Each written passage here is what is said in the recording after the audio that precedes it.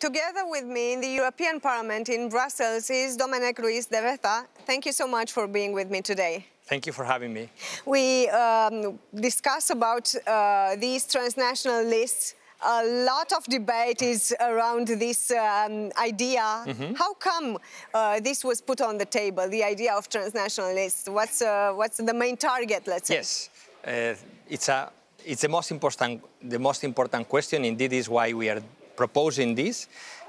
Three main goals that we want to achieve with this pan-European constituency of 28 members that we will add to the current national constituencies that don't change, and also the current national electoral systems don't change.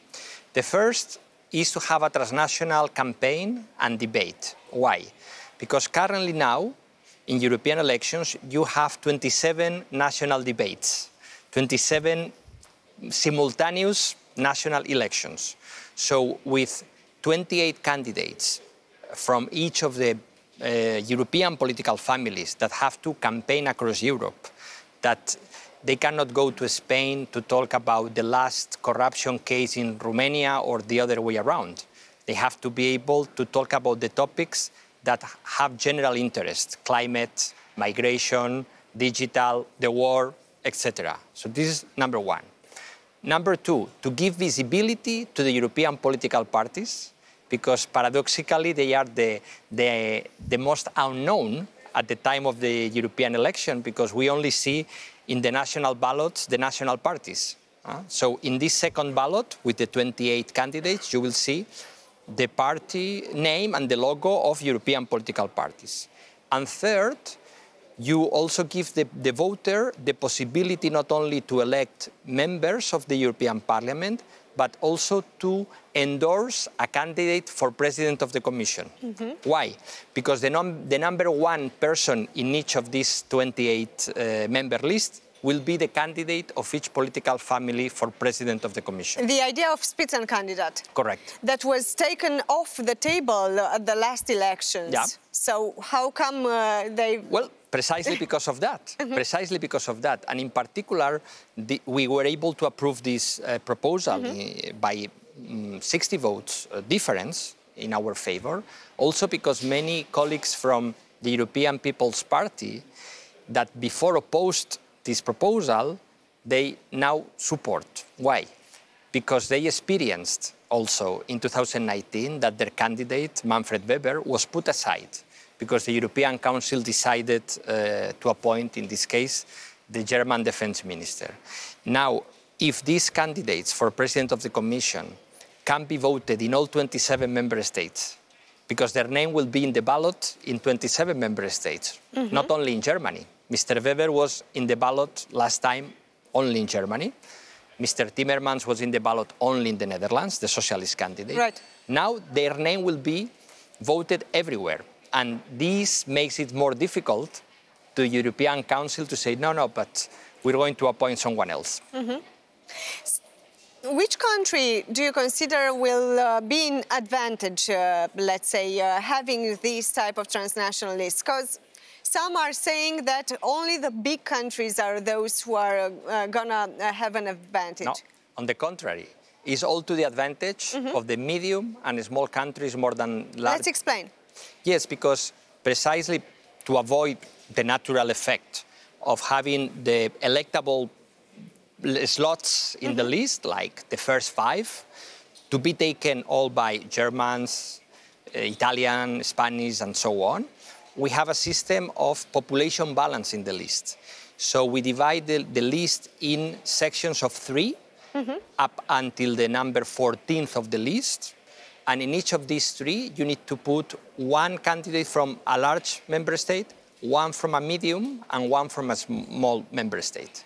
So the effect is that 2/3 of the list go to medium and small member states. Spain, you understand? Yeah, sure. Spain sustains this idea of transnational lists? Who? Spain. Yes. Oh, the whole country? Yeah, we support it. I mean, the Spanish... Because I don't know, for now, the decision of Romania. Yeah. It's still a debatable thing in our country. For Romania, it will be very advantageous, if I may say, because Romania is the most populated member state of the medium group.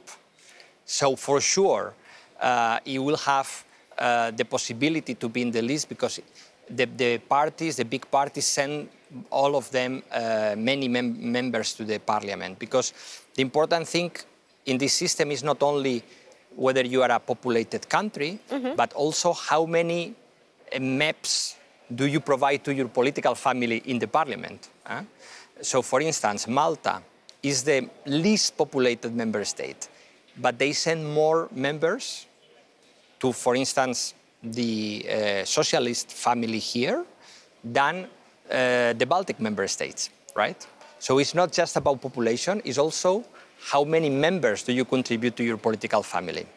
One important thing also, when will we see the decision taken? Yes, well, we have approved the proposal in the parliament with a good majority, 323 votes against 263. And now we have to negotiate with the council.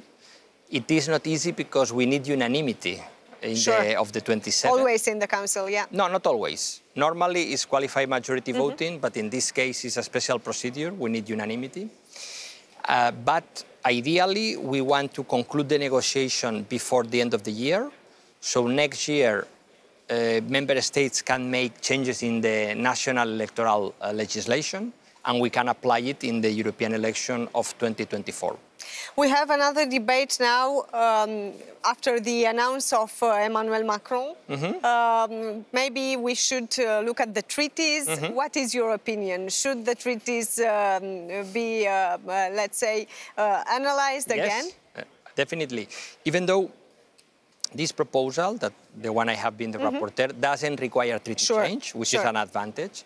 But it is true that there are other topics that we cannot solve in the context of the Lisbon Treaty.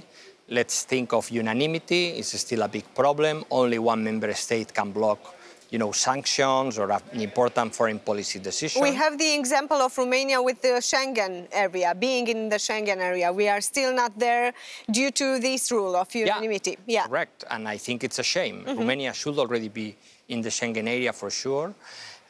Then we have the question of the parliament that doesn't have legislative initiative yet, that it should have it as any other parliament in the world. Exactly, that's the only one that doesn't. Yeah, it doesn't.